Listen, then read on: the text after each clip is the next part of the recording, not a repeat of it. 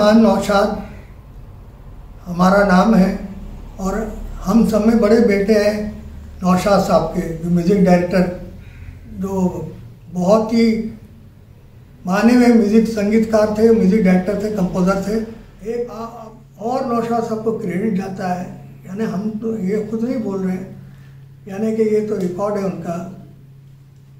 नौशाद साहब को क्रेडिट जाता है कि उन्होंने फिल्मों में क्लासिकल सिंगर को इंट्रोड्यूस किया, जो कि इसमें फिल्मों में गाते नहीं थे। मिसाल के तौर से फिल्म बैजू वारा जो 1952 में आई थी और उसके सामने आन भी रिलीज़ हुई थी। अब दोनों में कॉन्ट्रास्ट था, एक में हिंदुस्तानी क्लासिकल म्यूज़िक था और आन में मान मेरा एहसान, दिल में छुपा के प्यार का, यहाँ को बन तरपत हरी दर्शन को आज, वो दुनिया के रखवाले, वगैरह वगैरह। लेकिन उसका जो क्लाइमेक्स था फिल्म बैजू वारा का, वो तानसेन और बैजू का मुकाबला था। तो नौशाद साहब ने कहा कि भाई ये जो मुकाबला है जिसमें हमको उस्ताद चाहिए होंगे। तो विजय भट्ट साहब, उनके बड़े भाई शंकर भट्ट साहब बोले, अरे नौशाद साहब क्लासिकल गाने रखेंगे पब्लिक भाग जाएगी, कह लेंगे वो मुझ पे छोड़िए, सिचुएशन पे होता है, कैसे करना वो मुझ पे छोड़िए। तो बहरहाल तो उसमें उस्ताद आमिर खान और पंडित पुरस्कार साहब, ये दोनों की खिदमत नौशाद साहब ने ली और वो क्लाइमेक्स में दोनों को कंपोज करके गवाया। तो वो जो अपने क्लाइमेक्स था आज तक लोग याद करते हैं। अकबर के सामने मुकाबला होता तानसेन और बैजू का, वो हाईलाइट था फिल्म का। और उसके बाद हम मुग़ल आज़म पे आ रहे हैं। आपको याद होगा मुग़ल आज़म में लव सीन है, बैकग्राउंड में तानसेन गा रहे हैं प्रेम जोगन बन जा, राग सोनी में। तो आसिफ साहब से उन्होंने कहा, आसिफ साहब ने कहा कि नौशाद साहब ये तानसेन के लिए कोई फिल्मी गायक मत लीजिए, कोई लगे तानसेन है वाकई। तो नौशाद साहब ने कहा आज के तानसेन तो बड़े गुलाम अली खां हैं, उनसे गवाइए। तो कहने लगे वो फिल्मों में नहीं गाते। अरे कहने लगे आप अपॉइंटमेंट लीजिए, मुझे लेके चलिए। बहरहाल नौशाद साहब ने पहले बात की तो कहने लगे अरे नौशाद मैं तो इल्मी गायक हूँ, फिल्मी तो नहीं हूँ, महफिल हो तो मुझे बुलाना। कहने लगे अरे आप मेरे खातिर 10 मिनट का टाइम दे दीजिए, वो जिंदगी प्रोड्यूसर है, डायरेक्टर आसिफ साहब मैं लेके आता हूँ। कहना अच्छा भाई ले आना कल चौपाटी मेरे घर पे। तो गए आसिफ साहब चेन स्मोकर थे। तो कहने लगे कि हुजूर, कहले हाँ बरकरार फरमाइए।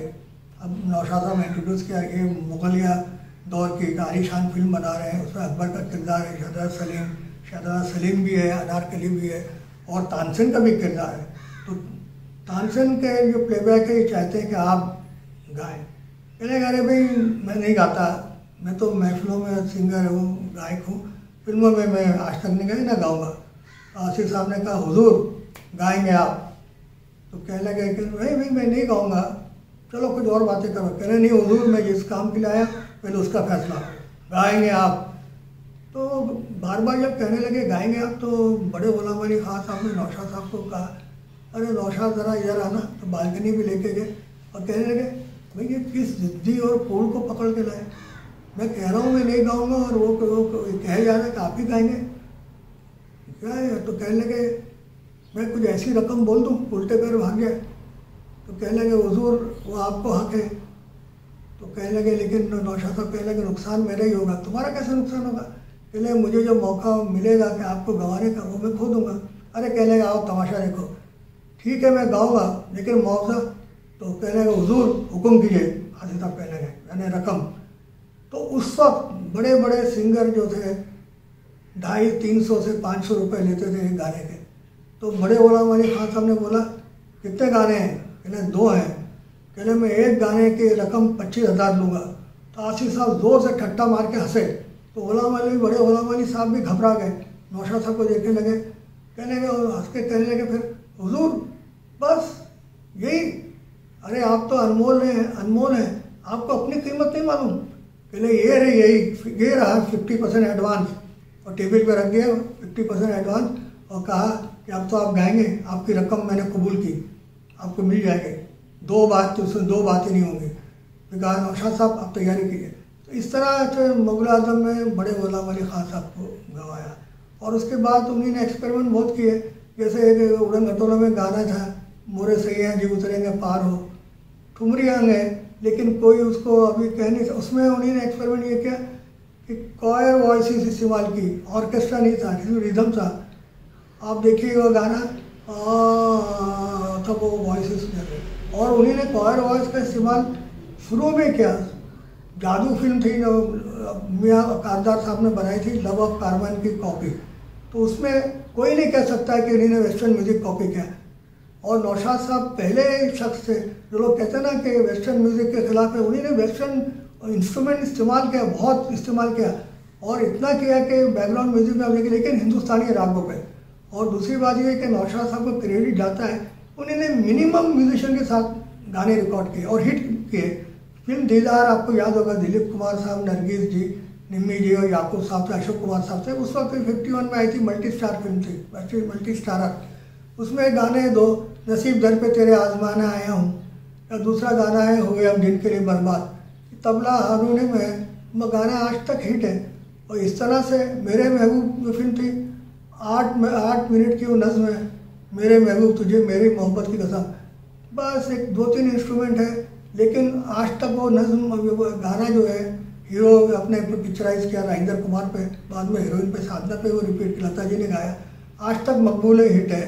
और नौशाद साहब को क्रेडिट जाता है कि उन्होंने 100 ऑर्केस्ट्रा समय पहले यूज़ किया आन का बैकग्राउंड म्यूजिक रिकॉर्ड करने के लिए, टाइटल म्यूजिक और बैकग्राउंड म्यूजिक 100 इंस्ट्रूमेंट, और शायद कोई वेस्टर्न इंस्ट्रूमेंट नहीं छोड़ा हो, लेकिन कंपोज खुद किया।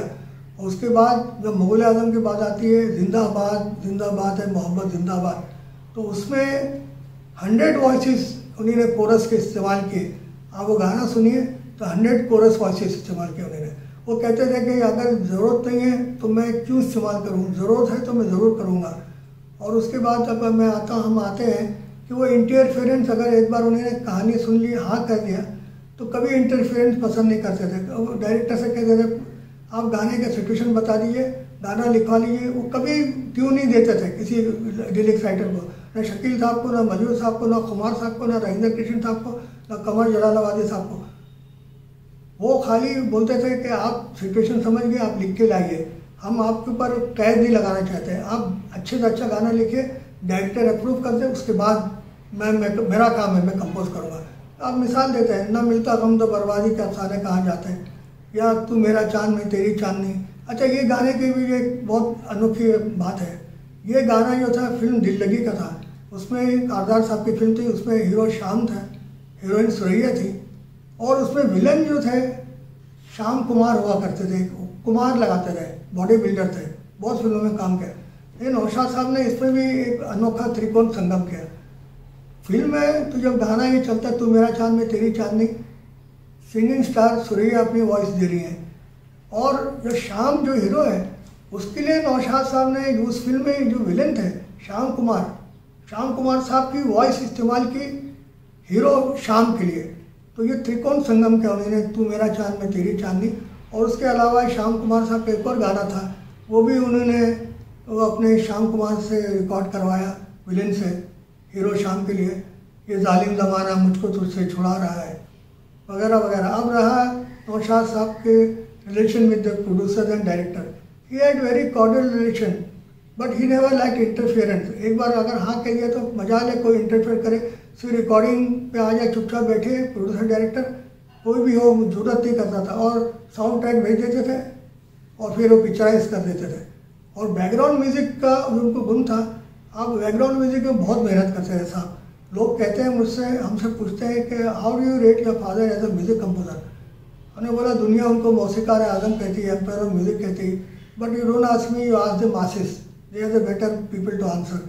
लेकिन I rate him as a greater composer of background score. For example, बहुत मेहनत करते थे। आप फिल्म पाकिज़ा देखिए, मुग़ल आज़म देखिए, मदर इंडिया देखिए, गंगा जमुना देखिए, आप कोहिनूर देखिए, दिल दिया दर्जिया देखिए, आदमी देखिए, रामो श्याम देखिए, संघर्ष देखिए, हर एक कैरेक्टर का एक थीम बनाते थे, बहुत मेहनत करते थे उस पर। वो कहते थे कि गाना तो फिर ही बन जाता है 1-2 महीने में, 3 महीने में, लेकिन बैकग्राउंड म्यूजिक करना आसान नहीं है। और उसके बाद हम ये बोलते हैं उनकी हॉबी जो थी पतंग उड़ाना, लखनऊ के थे, पतंग उड़ाते थे, हम साथ में रहते थे उनके, और कभी गुजरते थे रफ़ी साहब, वो भी आ जाते थे, यहीं भी टेरिस था, दिलीप साहब आ जाते थे, पतंगबाजी होती थी। सुबह बैडमिंटन, 10 साल तक हमारे वहाँ बैडमिंटन कोर्ट डिज़ाइन किया था, तो इंडस्ट्री के लोग सब आते थे, मोहम्मद रफ़ी साहब, शकील साहब, दिलीप साहब, राजेंद्र कुमार साहब, जॉनी वकर साहब, कितने डिस्ट्रीब्यूटर आते थे, जीवन साहब, सफरू साहब, जैन साहब, ये सब 7 to 9 बैडमिंटन खेलते थे। नासिर हुसैन, ताहिर हुसैन साहब, और उसके बाद नासिर खान साहब, फिर सब डिस्पर्स होते थे। फिर 11 बजे रफ़ी साहब आते थे, इन्हें नहा धो के फिर रिहर्सल करते थे। तो हमारे घर में हमने सबको देखा, शमशाद बेगम जी को, लता आंटी को, रफ़ी अंकल को, मुकेश जी का आते थे, बहुत शरीफ आदमी थे सब। महेंद्र कपूर जी को पहला ब्रेक दिया सोनी मेहमान में, वो भी हमको बहुत प्यार करते थे। तो हमारा बचपन जो है ना इनके गोद में गुजरा। शकील बदायूनी, खुमार वारा, उनकी मंजूर साहब, बड़े बड़े राइटर वजाद मिर्ज़ा साहब थे, और ये अली रज़ा साहब वगैरह वगैरह। तो और उनके फैमिली रिलेशन ऐसा था कि he never used to mix two things together. Family के बच्चों के साथ वो अलग, उनका मिजाज बिल्कुल रवैया अलग रहता था। और जब काम करने बैठते थे तो नो, हमारी मदर ना कोई बच्चों को, even servant could not enter. Assistant जब बुलाता था तब वो जाते थे, वरना ना खाने का ठिकाना ना कुछ। He didn't like disturbance at all, वो बिल्कुल खो जाते थे और इस तरह वो काम करते थे। अब दूसरा उनका ऑनर अवार्ड, भाई he was awarded Padma Bhushan, सरकार ने दिया, हिंदुस्तानी सरकार ने ऑनर किया। और फिर Phalke award, the biggest film award जो सरकार ने दिया, उनको नवाजा। और पहला फिल्म फेयर अवार्ड जो 54 में शुरू हुआ वो उनको दिया गया फिल्म बेजो वारा के लिए। और मगर उसका इस बात का ये बड़ा ताजुब हुआ, उन सबको होता है कि उसके बाद इतनी फिल्में म्यूजिकल हिट आई, दीदार, बेजो वारा में तो खैर मिला, but he didn't get for Mother India, ना Mughal Azam, he was not considered for Mughal Azam, Mere Mehboob, Ganga Jamuna, Kohinoor, etcetera etcetera, Ramo Shyam, आदमी संगत। एनीवे, तो वो कहते थे कि भाई पब्लिक हमें हमारा काम पसंद करे, वो नवाजे, उससे बढ़ के हमारे लिए कोई ऑनर या अवार्ड नहीं है। और आखिर में जब उन्होंने आखिर में एक शेर कहा था जो वेस्टर्न म्यूज़िक का ऑनस्लॉट हुआ था, उसके बारे में उन्होंने कुछ कहा था अपने मौसीकी के बारे में, और ये अशार हम उनके दोहरा देते हैं कि अभी साज़ दिल में तराने बहुत हैं, अभी साज़ दिल में तराने बहुत हैं, अभी ज़िंदगी के बहाने बहुत हैं। ये शेर सुनिएगा, दरे गैर पर भीख मांगो न फन की, दरे गैर पर भीख मांगो न फन की, जब अपने ही घर में ख़जाने बहुत है। शुक्रिया बहुत बहुत रहमान नौशाद, आप लोग का सबका आपने सुना, बर्दाश्त किया। नौशाद साहब के लिए दुआ कीजिए। और हम एक बार फिर से ममनून एहसान है आप सबका कि आप लोग ने सुना, हमें बर्दाश्त किया। शुक्रिया, थैंक यू वेरी मच।